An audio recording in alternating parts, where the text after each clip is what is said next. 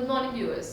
तो आईएएस के exam start हो चुके हैं, यानी प्रिलिमिनरी एग्जाम जो 2 जून को कंडक्ट होने वाला है, उसके बारे में कुछ बात करेंगे। We have our experts. So मैं इनसे पूछना चाहूँगी 45 डेज की स्ट्रैटेजी आखिर वो क्या है। मिस्टर अविनाश, प्लीज़ हमें बताइए कि 45 डेज की स्ट्रैटेजी आखिर है क्या। Thank you. Good morning, friends. I have been interacting with students and teachers and parents since last 10 years, and I have realized that most of the students fail not because of lack of knowledge, hard work, or intelligence, but because of lack of direction, guidance, and planned approach. So, overall, for a child to succeed in any competitive examination, overall strategy is very important, and obviously, there is no doubt that in an exam like IAS, it becomes extremely important. Now, specifically, if we talk about IAS prelims, which is just around 45 to 60 days away from here, there are two mistakes which I have seen a lot of students committing. One is a student who has been preparing for IAS main exam since for almost a year. So they start focusing on IAS prelims too late. Whereas there are other kind of students who start preparing for IAS prelims keeping in mind, and in the last 30, 40 or 45 days, they get relaxed. Now, both these symptoms are deadly and can lead to a disaster. And if we talk about the overall strategy to prepare for IAS prelims exams, which is around 45 to 60 days away from now, I would suggest, and this is based on my experience over a period of last 10 years, that for a child to succeed in any competitive examination, the preparation should ideally be divided into 3 distinct phases. Phase number 1 is learning phase, wherein the focus is on learning. The focus is on acquiring the knowledge, mastering the fundamentals, learning the concepts. That is the learning phase. This is the longest phase of any preparation. The second phase is consolidation, which, as the name says, the focus is on consolidating. The focus is on revision. The focus is on recapitulating. The focus is on producing the output. Because in an examination, it is not important how much input have you given, but for success, what is important is that how much of that input are you able to convert into output. And consolidation phase is all about improving and increasing your output. So that is consolidation phase. The third phase is rapid review phase, which is is kind of a cool off period, last 3-4 days before the examination, wherein we are preparing ourselves mentally for the examination. Now, the mistake which most of the students do is that their learning phase becomes too long and consolidation phase becomes too short. जैसा कि देखेंगे, बच्चों की ज़्यादातर आदत होती है, सब स्टूडेंट्स की एस्पिरेंट्स की आदत होती है और सीख लूँ और पढ़ लूँ और कर लूँ, और वो नया नया करने के चक्कर में जितना भी कुछ 8-10 महीने में किया हुआ उसको कंसोलिडेट नहीं कर पाते हैं। नतीजा क्या होता है कि सामान हमने बहुत सारा फैला लिया, समेट उसको प्रॉपर नहीं पाए, चीज़ें हमारे दिमाग में फ्रेश नहीं है, चीज़ें हमारे दिमाग में अप टू डेट नहीं है, चीज़ें हमारे दिमाग में हल्की हल्की धुंधली भी होती हैं। I keep on advising all the aspirants, please keep in mind your success and failure is dependent upon what you know and not dependent upon what you do not know. Whereas most of the aspirants keep on focusing or keep on running after what they do not know. और कर लेते हैं, थोड़ा सा और पढ़ लेते हैं, ये भी कवर कर लेते हैं, नया क्वेश्चन बताओ, नई चीज़ बताओ। तो कहने का मतलब है, जो मैं आपको इस वक्त कहने की कोशिश कर रहा हूँ, कि अब जो 45 से 60 दिन हमारे पास हैं, उसके अंदर हमारा पूरा 100% फोकस होना चाहिए कंसोलिडेशन के ऊपर, जिसमें हमें इंटेंस और सॉलिड रिवीजन करना, हमारी revision full proof revision techniques होनी चाहिए, फुल प्रूफ रिवीजन स्ट्रैटेजी होनी चाहिए, ज़्यादा से ज़्यादा मॉक टेस्ट देने चाहिए, और कोशिश करनी चाहिए कि जो इनपुट हमने दी है पिछले 8-10 महीनों में या कुछ सालों में, क्या वो आउटपुट में कन्वर्ट हो रही है या नहीं हो रही है। और अगर वो इनपुट हमारी आउटपुट के अंदर कन्वर्ट नहीं हो रही, तो जो ब्लैक बॉक्स है, जो प्रोसेसिंग इंजन है, उसमें कौन से पैरामीटर्स हमें सेट करने हैं ताकि हम अपनी आउटपुट को बढ़ा सकें, इस चीज़ का हमें खास तौर से बहुत ज़्यादा ध्यान रखना चाहिए। Thank you for your valuable information sir. But अब इससे ज़्यादा ज़रूरी एक चीज़ और है कि इसके लिए एक्चुअली में एटीट्यूड क्या होना चाहिए, what should be the frame of mind. So ma'am. Hello everybody. Before you set out on your mission prelims, a word of advice. Conditioning. Conditioning yourself is the most important aspect of all your preparation, or say any preparation. Whether you think you can or you think you can't, you are right. So it's better to think that you can. Think positive, believe in yourself. The moment you think that you can, your entire consciousness is devoted towards success. Believe me. Now, another important point is, let not negativity come anywhere around you. Drive all negative thoughts away from you. Think positive, keep telling yourself that perseverance pays. Keep yourself motivated. There are hundreds of ways, hundreds of solutions to keep yourself motivated. Now, one advice that I can give you is have a poster put up right in front of your study desk. You could call it, I must do it, I can do it, I will do it, anything like that. Now, it's a very good boost for your motivation. You can look at it, keep on repeating to yourself so that it eggs you on. Now, another thing, banish all the demotivators, all the negative things from around you. No distractions. Keep away from social network and any other thing which may distract you. Now, keep yourself stress-free. It's of utmost importance. Give yourself a stress-free timetable. If you have a 10 to 12 hours study time every day, daily, as you heard, you can go into a 45-day strategy. If you devote 10 to 12 hours per day, now after this or interspersed with this, you must have relaxation techniques. Now, relaxation techniques could be like anything. You can have breathing exercises, you can de-stress yourself by a short, fast aerobics, dance, anything like that. You can listen to music. These are effective stress busters. Now, then we come to approach. The biggest mistake people or aspirants for preliminary exams commit is of a casual approach. They think that preliminary exam, being an MCQ based exam, can be done with a casual approach, but that's just not the right thing. You need to have this, since this preliminary examination tests your basic concepts, a thorough understanding of your concepts, even though it is an MCQ based examination, unlike the mains. What you need to do is have a thorough understanding, and then that should be consolidated. So never have a casual approach. Now, revising consolidates memory. Whatever you revise, remember to consolidate that. You can do it two-way. Every day before going to bed, you can consolidate whatever you have learned throughout the day within a half an hour revision.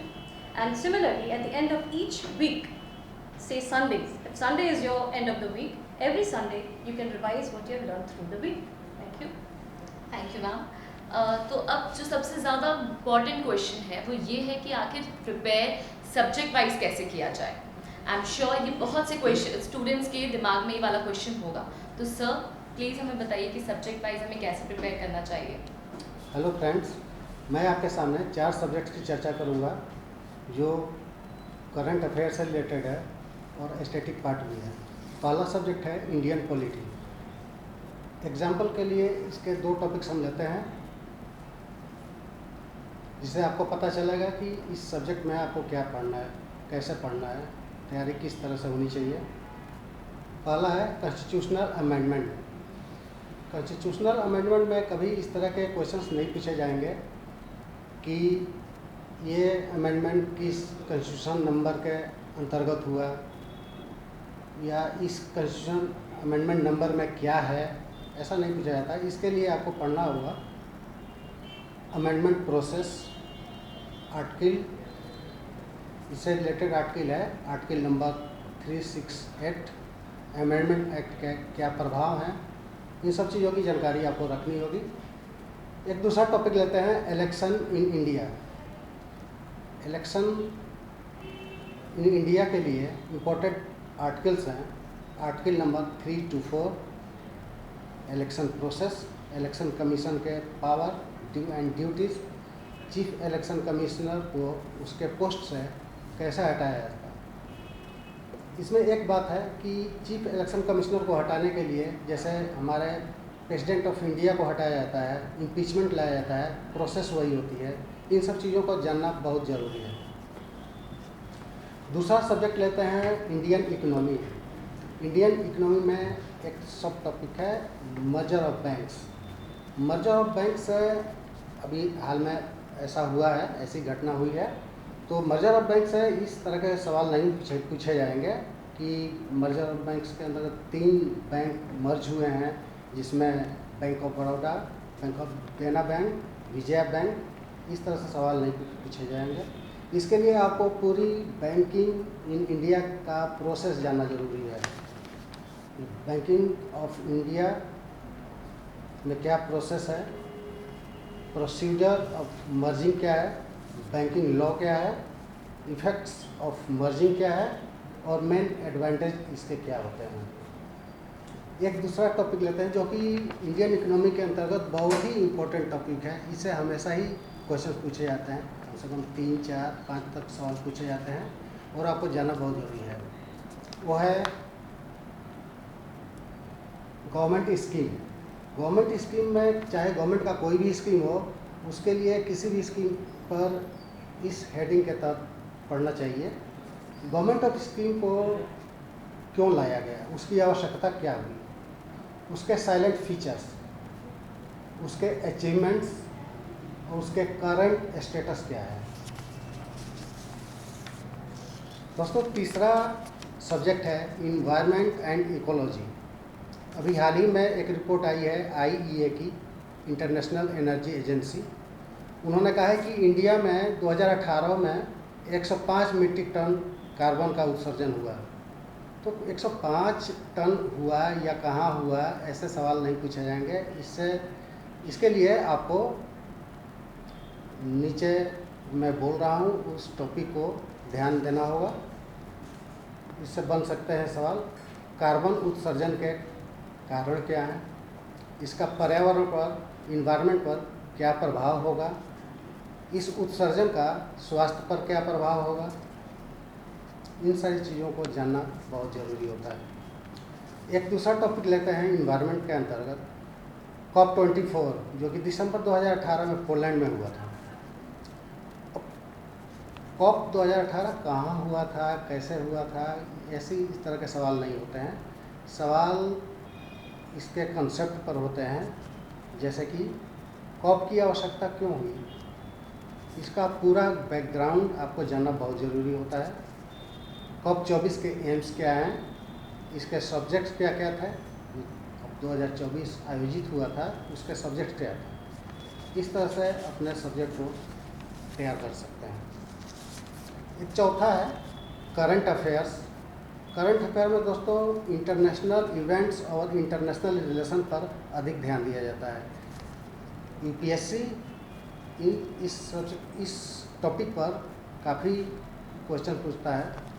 इसमें एक events लेते हैं Venezuela crisis. अब Venezuela crisis कब शुरू हुआ, क्या है, वेनेजुएला क्राइसिस पर रेड क्रॉस काम कर रहा है, उसकी मदद कर रहा है, ऐसा सिंपल सा सवाल नहीं पूछा जाता। इससे पूछे जाने वाले सवाल हो सकते हैं वेनेजुएला संकट का बैकग्राउंड, क्या बैकग्राउंड है, पूरी बैकग्राउंड आपको जाननी होगी, इसके कारण क्या है, ये वेनेजुएला क्राइसिस का उस देश पर, वेनेजुएला पर क्या प्रभाव पड़ेगा, खास तौर से राजनीतिक और आर्थिक प्रभाव, पॉलिटिकल एंड इकोनॉमिकल इफेक्ट्स। एक और टॉपिक लेते हैं India Mauritius relation. India Mauritius relation में सबसे पहले कि इंडिया का मॉरिशस के साथ रिलेशन कब से शुरू हुआ है, इसका पूरा बैकग्राउंड आपको जानना बहुत ज़रूरी है।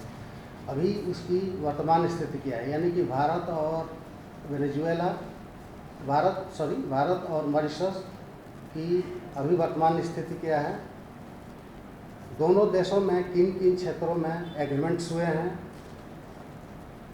मॉरिशस द्वारा इंडिया में, एक और भी इसमें बात आ जाती है, बहुत इंपॉर्टेंट है, मॉरिशस द्वारा इंडिया में काफ़ी इन्वेस्टमेंट किए जाते हैं, जो कि काफ़ी इम्पोर्टेंट है और इसको आपको ध्यान देना होगा। Thank you sir. और मैं अपने एक्सपर्ट से पूछना चाहूँगी कि ऐसा और कुछ वैल्यूएबल इन्फॉर्मेशन है जो आप शेयर करना चाहते हो। If I may interrupt there, sir ने 3-4 सब्जेक्ट्स के बारे में बताया। कुछ और सब्जेक्ट्स हैं जिनमें बहुत इंपॉर्टेंट टॉपिक्स हैं जो मैं ऐड करना चाहूँगी। Now we come to Indian history. Indian history is a static subject. Indian history, art and culture, this should be studied with focus on freedom struggle, social and religious movements, administration and economy under company rule, governor generals and viceroys, administration, taxation, land reforms, revenue system and social development in ancient as well as medieval India. Then the dictionary of ancient and medieval India is a very important topic under Indian history and culture. Art and culture, it has it should be studied chronologically for easy recall. If you study it in a sequence, in a chronology, recall becomes very easy. And remember to focus on architecture and sculpture that evolved from prehistoric rock-cut caves to Chola Pandya temples, Deccani style, Delhi Sultanate, Mughal period, imperial style, etc. Indian paintings of ancient and Mughal period, very important. Then when we come to music, Hindustani, Sufi, Carnatic, these music, the knowledge on these music, you must have. Indian classical and folk dances. Then under theatre, puppetry, jatra, kudiyattam and bhavai, these are very important topics. Another thing is Indian language and literature in ancient and medieval India. Then Indo-Islamic culture is another important topic. Indian polity, economy, environment and ecology and current affairs have already been dealt with. We are left with one more topic that I need to discuss with, that is geography. Geography again is basically a static subject, but there are certain things which you need to know of, some particular aspects where lots of changes keep on happening. So being a general studies paper, you need to have knowledge on whatever current happenings have been taking place in any domain. So as far as geography is concerned, it pertains to world in general and India in particular. You need to have a clear idea of the world map, particularly the location of countries between seas. The other topics to study are ocean currents, La Nina, El Nino effects, climatic conditions in different regions, geographical regions, natural calamities like floods, earthquakes, cyclones, etc., atmosphere and wind pattern of the world, national highways and other infrastructure in India, different types of soil, their conservation methods, and rivers in India and their protection. And remember, study geography with a view on current topics, current events, the way geography has been, or different aspects of geography have been progressing in the past 1 year. I would also like to add, I would like to finish off saying that I would summarize everything and say that positive attitude, firm determination and well thought plan are three important ingredients for you to succeed in IAS entrance examination. Second thing which Rashmi madam also said initially was that don't take it casually, don't take prelims casually. Prelims is a very, very important milestone towards your journey of becoming an IAS officer. Don't take it casually. I have seen instances wherein a lot of intelligent students taking it casually and not being able to get through. So take it as seriously as you would take any other examination. And I would like to finish off by sharing a very important, very, very interesting story which happened in my real life. It was early 1990s and I was doing my engineering college. So I had come to my hometown and I was watching a cricket match. Sachin Tendulkar was the captain of the Indian cricket team and it was a match against Pakistan, I think played outside Pakistan. The toss was very crucial because the pitch was expected to deteriorate as the match would progress. So just one day before the match, Sachin Tendulkar lost two of his key players. They were injured and he lost the toss also. So Ravi Shastri came to ask Sachin, what is your plan for the game? You have lost two players and you have lost the toss also. Sachin Tendulkar, I still remember that is still so fresh in my mind. He kept quiet for around 10, 15, 20 seconds with his head down. Then Ravi Shastri, because he's a bit taller than what probably Sachin is, he raised his head and he said, Ravi, matches are fought and won in the mind, not in the field. Sachin Tendulkar scored an unbeaten century and India won that match against Pakistan with 4 wickets. Now, what I'm trying to share with you friends is that you have been studying for a long time. Now, apart from studies, apart from knowledge, it is going to be a game of mind also. Thank you. 45 days का game changes strategy, इसे apply कीजिए और इसी के साथ साथ हम आपसे इजाज़त लेते हैं. We wish you all the very best and thank you.